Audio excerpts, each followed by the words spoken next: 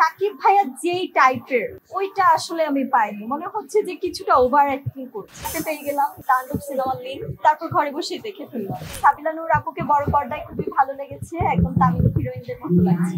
আমি আমার বিষয়টা বলি, অন্যদের কথা নাই বা বলি, কারণ যেহেতু আমার এই বছরে ভ্যালেন্টাইন্স ডেতে আমার ময়না সিনেমা রিলিজ হয়েছে, তার জন্যই আসলে আমার এই অ্যাওয়ার্ড গুলা। তো যেখানে আসলে সম্মানে দেওয়া মানে সম্মান করা হয়, সেখানে যে আমি আমার সম্মানটা আসলে রিসিভ করি।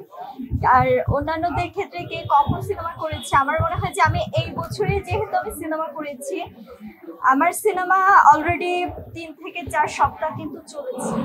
তো আমি যদি অ্যাওয়ার্ড পাই, এখানে যদি অনেকে অনেক কথা বলে বসে যে কি ব্যাপার, কি সিনেমা করেছে অ্যাওয়ার্ড পাচ্ছে না। অনেকের সিনেমা আছে আপনার 3 দিন পরে 5 দিন পরে হল থেকে নামিয়ে দিচ্ছে, তারা কিন্তু এই প্রথম আলোর পুরস্কার পেয়ে যাচ্ছে। তো সেই হিসেবে আমার 3-4 সপ্তাহ ময়না সিনেমা চলেছে, আলহামদুলিল্লাহ। এটার জন্য যদি আমি কোথাও অ্যাওয়ার্ড পাই, এটা আমার জন্য অনেক বড় সম্মান। ময়না সিনেমার ময়নাটাই ছিলাম আমি।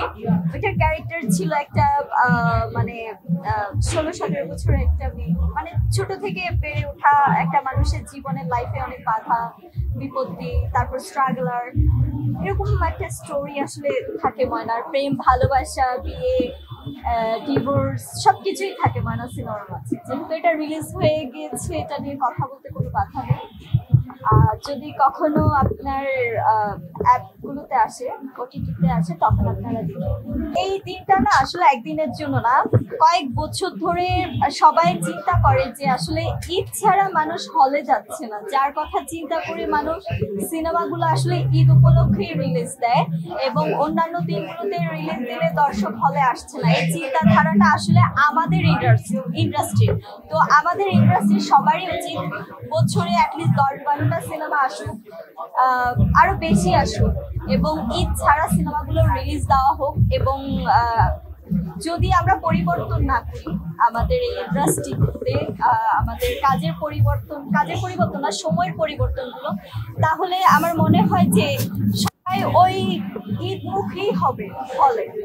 তো এই ব্যাপারটা আসলে আমাদেরকে চেঞ্জ করতে হবে। এটা আমাদের জন্য খুবই খারাপ। এত টাকা খরচ করে, ইনভেস্ট করে, এত কষ্ট করে সিনেমা রিলিজ করা হয়, সেটা আমরা অ্যাপে পেয়ে যাচ্ছি, লিঙ্ক পেয়ে যাচ্ছি, যেখানে আমরা বসে বসে ঘরে বসে সিনেমা দেখছি।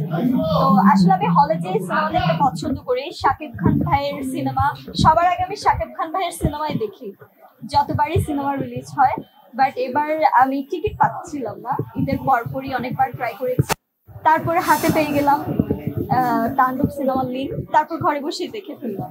ভালো লেগেছে, দিক থেকে আমার খুব ভালো লেগেছে। তবে শাকিব খান ভাইয়াকে বরবাদে যেভাবে দেখে, তুফানে যেভাবে দেখেছি, তাণ্ডবে আসলে আমার কাছে সবকিছু মনে হয়েছে যে একটু মানে সাকিব ভাইয়া যেই টাইপের ওইটা আসলে আমি পাইনি, মনে হচ্ছে যে কিছুটা ওভার অ্যাক্টিং করছে। তাকে দিয়ে করানোর ট্রাই করেছি, বাট ওটা আসলে হয়নি। আসান আপু খুব ভালো করেছেন এবং অন্যান্য যারাই ছিলেন, সাবিলা নূর আপু যারাই ছিলেন খুবই ভালো করেছে। সাবিলা নূর আপুকে বড় পর্দায় খুবই ভালো লেগেছে, একদম তামিল হিরোইনদের মতো লাগছে।